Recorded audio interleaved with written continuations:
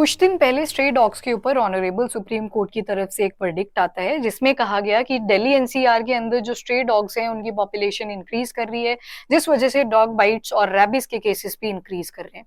तो अब stray dogs को पकड़ा जाए, कैप्चर किया जाए, उन्हें स्टरलाइज किया जाए, डीवॉर्म करा जाए, वैक्सीनेट करा जाए और उसके बाद शेल्टर हाउसेज में ही रखा जाए। अब जब बोला शेल्टर हाउसेज में ही रखा जाए तो बहुत से डॉग लवर्स के एंड से एक प्रोटेस्ट रेज होता है और उस प्रोटेस्ट में ये बोला गया कि नहीं, उनको दोबारा से पब्लिक डोमेन में ही छोड़ देना चाहिए क्योंकि एनिमल राइट्स भी एग्जिस्ट करते हैं। तो अभी जो रिसेंट वाला वर्डिक्ट आया है उसमें यही चीज बोली गई है। सेम प्रोसीजर रहेगा, स्ट्रे डॉग्स को पकड़ा जाए, उन्हें स्टरलाइज किया जाए, वैक्सीनेट करा जाए, डीवॉर्म करा जाए और दोबारा से पब्लिक डोमेन में ही छोड़ दिया जाए। ठीक है। अब क्या होगा, जो आप जब इस आर्टिकल को पढ़ोगे ना, कुछ आप में से सेक्शन ऐसे होंगे जो एक्सट्रीम डॉग लवर की कैटेगरी में आते होंगे, कुछ ऐसे भी होंगे चलो ठीक है आ गया डॉग तो थोड़ा सा उसको पैटिंग कर दी और फिर साइड में कर दिया, मतलब एक्सट्रीम डॉग लवर नहीं हो।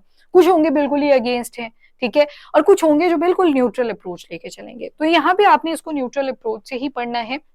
हम सारे रूल्स देखेंगे, जो भी पहले वाला जो वर्डिक्ट आया था वो क्यों आया, क्या इंसिडेंट था जिसकी वजह से ये ट्रिगर होता है, एबीसी रूल्स क्या थे और क्या पीसीए एक्ट क्या थी, और जो फ्रेमर थे पीसीए एक्ट का उनका क्या पर्सपेक्टिव था कि ह्यूमन की सेफ्टी पहले पे होनी चाहिए, एनिमल राइट्स पहले होने चाहिए। एवरीथिंग हम इस चीज में कवर करने वाले हैं, तो आप एक न्यूट्रल अप्रोच लेके ही चलिएगा। सबसे पहले हुआ क्या कि सुप्रीम कोर्ट स्यू मोटो का मतलब है कि खुद ही ऑनरेबल सुप्रीम कोर्ट ने इंटरवेंशन करा, क्योंकि ये जो ट्रबलिंग केसेस थे रैबिस के, ये इंक्रीज कर रहे हैं, डॉग बाइट्स इंक्रीज कर रही हैं, तो उनको लगा कि हमें इस मुद्दे के ऊपर आवाज उठानी चाहिए। तो ऑनरेबल सुप्रीम कोर्ट की तरफ से वर्डिक्ट आता है। क्या ऐसा इंसिडेंट हुआ जिसकी वजह से ये ट्रिगर हुए?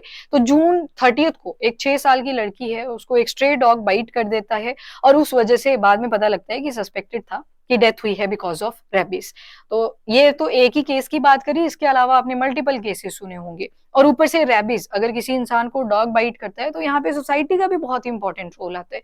सोसाइटी हर चीज को जो कि किसी भी रीजन की वजह से हुई है उसे स्टिग्मेटाइज कर देती है। जैसे किसी की बॉडी पे व्हाइट कलर के स्पॉट आ जाते हैं, उसे स्टिग्मेटाइज कर देती है। किसी को डॉग ने बाइट कर लिया, लोग डर जाते हैं, ट्रीटमेंट के लिए आगे नहीं जाते। आपने देखा होगा एक 14 साल का बच्चा था, उसको डॉग ने बाइट करी और उसके पेरेंट्स ने उसको घर में ही छुपा लिया कि लोग पता नहीं क्या बोलेंगे। तो सोशली स्टिग्मेटाइज भी कर देते हैं रादर देन सपोर्टिंग समवन। यहाँ पे स्टिग्मेटाइज का ज्यादा वर्क रहता है। अब आ जाओ कोर्ट के एक्शन के ऊपर। बहुत ज्यादा केसेस इंक्रीज हुए हैं दिल्ली एनसीआर के अंदर, जो डॉग बाइट रिलेटेड केसेस थे। उसके बाद सुप्रीम कोर्ट की रूलिंग क्या आई, जो अगस्त 11 को आई थी 2025, कि हमें क्या करना है, पब्लिक सेफ्टी को प्रायोरिटी देनी है रादर देन एनिमल राइट्स। और ये पब्लिक सेफ्टी के ही एंड से क्वेश्चन मार्क भी रेज करता है कि क्या एनिमल के राइट्स नहीं होते? जो डॉग लवर्स की तरफ से एनजीओ हैं, एनिमल वेलफेयर में काम करते हैं, क्या उनके राइट्स नहीं होते? क्वेश्चन मार्क यहाँ पे रेज हुआ। पर जो ऑनरेबल सुप्रीम कोर्ट की तरफ से स्टेटमेंट थी दैट वाज कि जो बच्चे हैं और बूढ़े हैं ये डरना शुरू हो चुके हैं बिकॉज स्ट्रे डॉग्स का नंबर इंक्रीज हुआ है। बाइट कर देते हैं तो ये तो बाहर ही नहीं निकल पाते, स्कूल के लिए बच्चे जाते हैं स्ट्रे डॉग्स की वजह से काफी ज्यादा डर जाते हैं। हम चाहते हैं कि एक ऐसा एनवायरमेंट हो जो बिल्कुल फ्री ऑफ फियर हो, क्योंकि आपका आर्टिकल नंबर 21 भी क्या कहता है, हमारे पास फंडामेंटल राइट है और आर्टिकल नंबर 21 बोलता है right to life and safe environment. ठीक है, सेफ एनवायरमेंट की भी बात करी जा रही है। तो ये वाली जो बेंच थी इसमें जस्टिस जेबी पर्दीवाला थे और जस्टिस आर महादेवन थे। फर्स्ट ऑफ ऑल जेबी पर्दीवाला जी की स्टेटमेंट क्या आती है कि टॉप प्रायोरिटी पे हमारा वल्नरेबल सेक्शन है, दैट इज इन्फांट, यंग चिल्ड्रन और जो एल्डरली लोग हैं, विमेन भी आ जाती हैं। इवन देखा होगा आपने जो डॉग्स होते हैं लड़कों को देख के डर जाते हैं पर फीमेल्स को देख के उतना नहीं डरते। एनीवेज यहाँ पे बोला है कि हमने जो ये एक्शन लिया है ये पब्लिक कॉन्फिडेंस को मद्देनजर रखते हुए रखा है कि ताकि बच्चे फ्रीली मूव कर सकें बिना किसी डर के।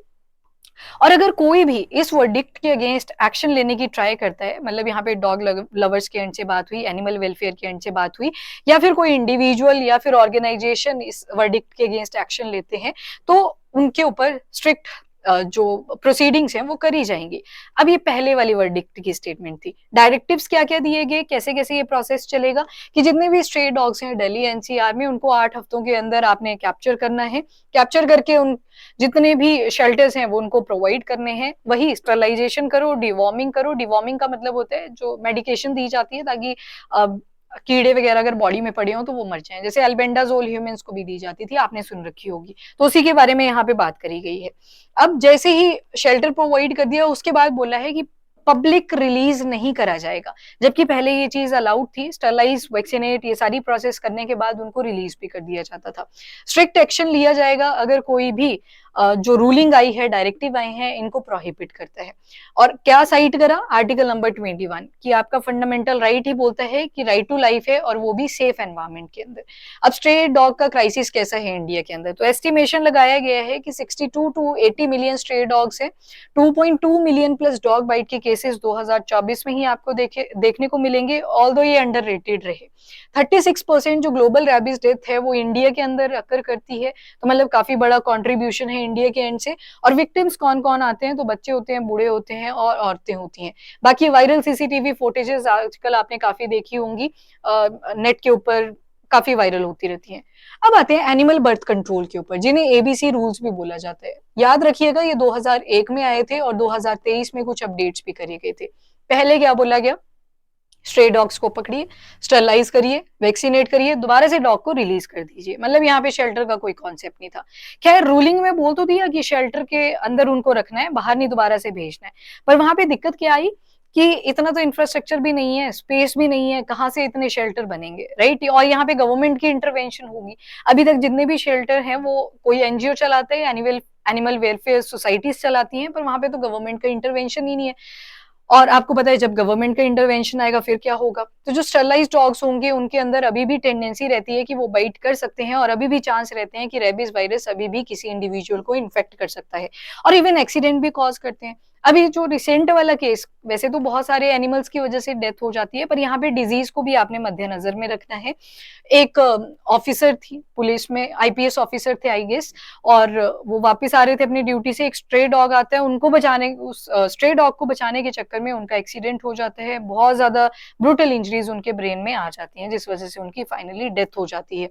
तो मतलब एक्सीडेंट के केसेस में भी बहुत बड़ा कॉन्ट्रीब्यूशन है स्ट्रे डॉग्स के एंड से। और भी बहुत सारे एनिमल्स हैं, पर यहाँ पे टॉपिक जो है that talks about the stray dogs, यहाँ पे उनपे ज्यादा फोकस किया जाता है। जैसे गायें वगैरह होती हैं, बफलोज होती हैं, इनको तो फिर भी शेल्टर मिल जाता है क्योंकि डेयरी में काफी इंपॉर्टेंट रोल है। उसके बाद यूथेनेशिया को बैन कर दिया गया था। इवन अगर डॉग रैबिड होगा या फिर किलर इंस्टिंक्ट रखता है तब भी यूथेनेशिया यहाँ पे बैन था। अब ये यूथेनेशिया क्या होता है, इसमें एक लिथल डोज दे दी जाती है और उससे किसी भी एनिमल की डेथ हो जाती है। अब लिथल डोज, ये तो ह्यूमन बींग्स के केस में भी आपने सुना होगा, active euthanasia, passive euthanasia, assisted suicide. अभी फ्रांस वगैरह ने, स्लोवेनिया ने इसको अलाउ भी करा हुआ है ह्यूमन के केस में। जब इंसान किसी टर्मिनली इल डिजीज से सफर करना शुरू करता है तो उस केस में यूथेनेशिया प्रोवाइड कर दिया जाता है।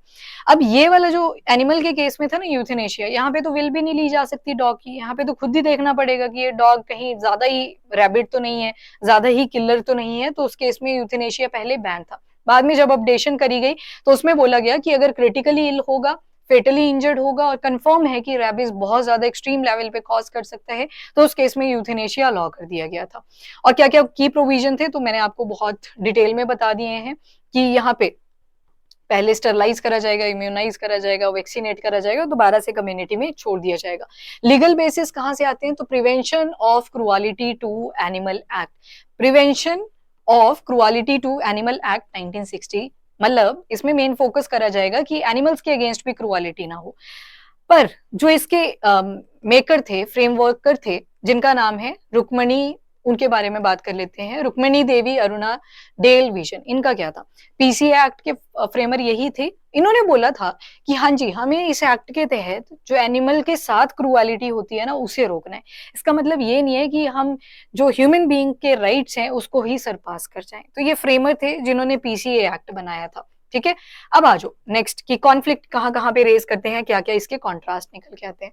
नंबर 1, टाइगर कभी भी ह्यूमन विसिनिटी में एंटर करता है तो उसे मार दिया जाता है। नंबर 2, ह्यूमन अगर कोई वायलेंस कमिट करता है या फिर हीनियस क्राइम कमिट करता है, खैर लॉ एंड ऑर्डर सिचुएशन यहाँ पे आप मुझे पता है बोलोगे कि बहुत नेगेटिव है, बहुत बड़े बड़े क्राइम्स करे हैं और फिर भी इंसान छूट जाता है, पर यहाँ पे पनिशमेंट की ज्यादा बात करी गई है।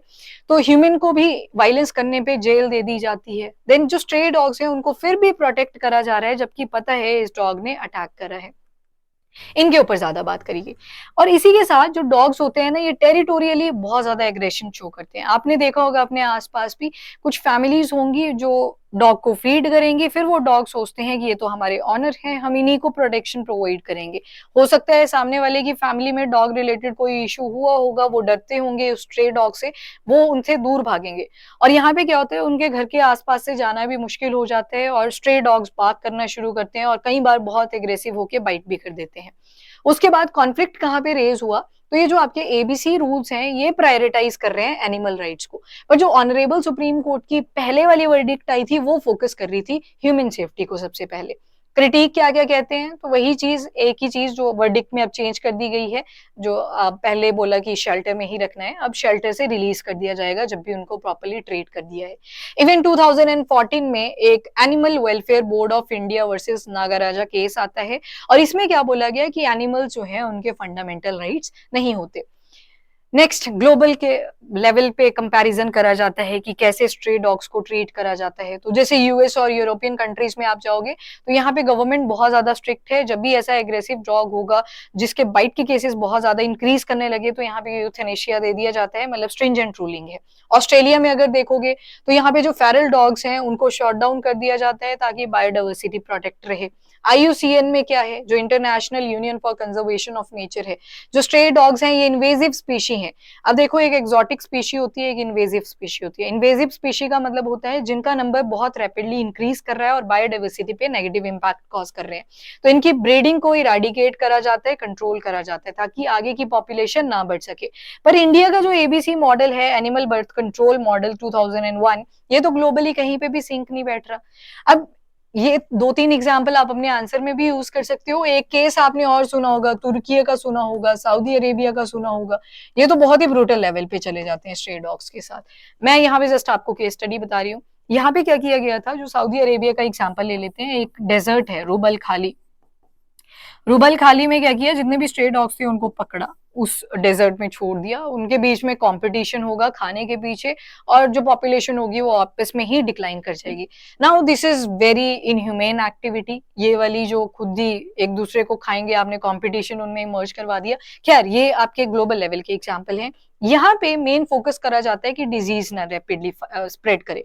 अब इनह्यूमेन एक्टिव, थोड़ा सा डॉग लवर के एंड से अगर मैं बोलूं तो देखो, स्टरलाइजेशन करवाई जाती है जब भी आप अपना कोई पेट डॉग रखते हो, तो आपने भी एक इनह्यूमेन एक्टिविटी कमिट करी होती है। इसमें आपने ब्रीडिंग को तो रोक लिया, पर एक जो एसेंस था फिर लाइफ का, जो हर एक एनिमल के अंदर है, ह्यूमन के अंदर है, वो भी आपने खत्म करा, राइट? तो वो भी इनह्यूमेन एक्टिविटी में ही काउंट होगा। हाँ, ये चीज ठीक है कि शेल्टर में ही रखना था, तो एक तो इंफ्रास्ट्रक्चर अपने पास उतना है भी नहीं, तो आई थिंक वर्डिक्ट जो दूसरी बार आया है वो भी ठीक ही है कुछ हद तक, कि दोबारा से रिलीज कर दो। पर ठीक तब तक है अगर बाइट के केसेस नहीं आएंगे। किसी की रैबिस की वजह से जब डेथ होएगी तो फिर कौन आंसरेबल होगा उसके लिए? डॉग लवर्स तो मेरे को नहीं लगता कि वहां पे आंसर करने आएंगे, क्योंकि जिसका तो फैमिली लॉस हुआ है, क्योंकि यहाँ पे कॉन्शियसनेस की भी बात आती है। फैमिली लॉस हुआ है उसी को पता है, वो तो इस वर्डिक्ट के अगेन दोबारा से अगेंस्ट ही जाएंगे। Now why ABC model fail? ना कि इसकी ना पुअर इम्प्लीमेंटेशन की वजह से नहीं हुआ था, इम्प्लीमेंटेशन इसकी बहुत अच्छे से हुई थी। डिसेंट्रलाइजेशन करी गई, सेंटर, स्टेट और लोकल कम्युनिटीज को ज्यादा अवेयर करवाया गया, बताया गया उनको कैसे स्टरलाइजेशन करनी है, वैक्सीनेशन करनी है। कॉलेजेस में आपने देखा होगा। पर यहाँ पे फ्लॉ क्या था मेन, कि 90% जो स्टरलाइजेशन है वो फेल भी हुई है। डॉग्स को रिलीज कर दिया जाता है, उनको दोबारा से फीडिंग करवानी शुरू करी जाती है, अभी भी उनके अंदर चांसेस रहते हैं कि वो डिजीज कॉज कर सकते हैं। तो ये सबसे बड़ा फ्लॉ रहा था एबीसी मॉडल का। अनस्टरलाइज्ड डॉग्स जो होते हैं ये खुले घूम रहे रहते हैं, ये अपनी पॉपुलेशन को बहुत ज्यादा रेज कर लेते हैं, क्योंकि इनका जो पॉपुलेशन रेट है, देखा होगा आपने कि एक ही टाइम पे 6-7 डॉग्स पैदा हो जाते हैं एक साथ, ठीक है? तो यहाँ पे इनका पॉपुलेशन इंक्रीजिंग रेट अभी भी ज्यादा ही है। एग्रेशन, एक्सीडेंट रिलेटेड केसेस आज भी ज्यादा मिलते हैं। तभी बोला था मैंने आपको, एक न्यूट्रल अप्रोच के साथ ही चलना है, क्योंकि सारा ये लॉ एंड ऑर्डर चल किसके फेवर में रहा है आपको पता है। देन सुप्रीम कोर्ट की इंटरवेंशन क्यों हुई? ये जो 25 ईयर से चलता आ रहा है एबीसी रूल मॉडल था, ये काफी फेल हुआ है और एनसीआर में बोल दिया गया कि जो स्ट्रेज है उनको परमानेंटली उनको रिमूव कर देना है, शेल्टर्स बनाइए उनके लिए, और अगर कोई भी ऑब्स्ट्रक्शन कॉज करने की ट्राई करता है तो उनको अकाउंटेबल होना पड़ेगा कोर्ट के प्रेजेंस में। उसके बाद सेफ्टी बताई गई है अंडर आर्टिकल नंबर 21। जजमेंट का क्या सिग्निफिकेंस था ये मैंने आपको पूरा डिटेल में बता दिया। पर जितने भी ये शेल्टर हाउसेज हैं अभी जो स्ट्रे डॉग्स के लिए चलते हैं, जो इंजर्ड होते हैं या फिर बहुत ज्यादा एग्रेसिव होते हैं, वहां पे ज्यादा रोल एनिमल वेलफेयर सोसाइटीज का है, एनजीओज का है, या कोई एक्सट्रीम डॉग लवर है उनका है। गवर्नमेंट की तो वैसे भी ज्यादा इंटरवेंशन इन चीजों में नहीं रही है। तो जब ऐसे इंफ्रास्ट्रक्चर वगैरह डेवलप करना होगा तो ये गवर्नमेंट के ऊपर रिस्पॉन्सिबिलिटी आएगी। एस्टिमेट ये देख लो, ये सारा केस मैंने आपको बता दिया कि जो नंबर ऑफ केसेस हैं वो भी इंक्रीज कर रहे हैं। शेल्टर की कैपेसिटी 4000 की है, उसको 5000 तक लेके जाना है। और म्यूनिसिपल कॉर्पोरेशन ऑफ दिल्ली यही बोल रहे हैं कि हमें स्पेस ढूंढना पड़ेगा पहले तो, कि कहाँ पे शेल्टर प्रोवाइड करना है। फंड्स चाहिए होंगे, अगेन अब गवर्नमेंट का इंपॉर्टेंट इंटरवेंशन होएगा तो फंड्स की तो इंपॉर्टेंस रहेगी ही। लॉजिस्टिक मेंटेन करने पड़ेंगे, इतने सारा डॉग का नंबर आपने वहीं पे रखना है तो मेंटेनेंस के ऊपर भी क्वेश्चन रेज करेगा। तो ये सारी चीजें एग्जिस्टिंग पॉलिसीज के बारे में बता दी, और जो अभी वाला वर्डिक्ट आया है उसके अंदर क्या क्या चेंजेस करे गए हैं वो भी आपने देख लिए। और ये मैंने आपको बता दिया कि प्राइवेट बॉडीज ज्यादा इन्वॉल्व है इन वेलफेयर सोसाइटीज के अंदर। अब आते हैं रेबीज डेथ जो होती हैं हर साल इंडिया के अंदर, उसके ऊपर कौन क्या बोलता है। ICMR Indian council of medical research कहता है कि 5700 रेबीज के केसेस डेथ रिपोर्ट होती हैं हर साल। नेशनल रेबीज कंट्रोल प्रोग्राम कहता है लगभग 20,000। सेम अदर सोर्सेज में अलग अलग डेटा दिया गया है, पर यहाँ से कॉन्टेक्स्ट क्या निकल के आता है कि रेबीज के केसेस का नंबर काफी इंक्रीज हुआ है। बहुत से एक्टिविस्ट ऐसे भी हैं जिन्होंने क्वेश्चन रेज करा था वर्डिक्ट आने से पहले, जो भी रिसेंट वाला वर्डिक्ट आया है, कि ये बहुत ही ज्यादा इनह्यूमेन प्रैक्टिस हो जाएगी, यहाँ पे एनिमल राइट्स का कोई कॉन्सेप्ट ही नहीं बचेगा। तो इसी वजह से ये जो डायरेक्टिव्स हैं ये दोबारा से अपडेट करे गए हैं। तो इसको आपने अपने पर्सनल लेवल पे नहीं सुन के चलना है, इसको थोड़ा न्यूट्रल अप्रोच के साथ ही रखना है, क्योंकि डिजीज का नंबर ऑलरेडी इंडिया और ग्लोबल लेवल में बहुत ज्यादा है, तो वो भी टेकल डाउन करना है। और साइंटिस्ट की कमी पड़ जाती है अपने कंट्रीज के अंदर। क्यों? रीजन आपको पता है, प्रॉपर यहाँ पे उनके पैकेजेस होते हैं वो उतने ज्यादा नहीं होते हैं, और उस वजह से जितने भी एलीट साइंटिस्ट होते हैं जो दवाइयां बना सकते थे इंडिया के ही अंदर, वैक्सीनेशन बना सकते थे इंडिया के ही अंदर, वो बाहर की कंट्रीज में चले जाते हैं, क्योंकि वहां पे पर्क्स अच्छे होते हैं, उनको वेल एस्टेब्लिश लैबोरेटरीज मिल जाती हैं। तो ये भी एक नेगेटिव इम्पैक्ट रहता है अपनी कंट्री के केस में।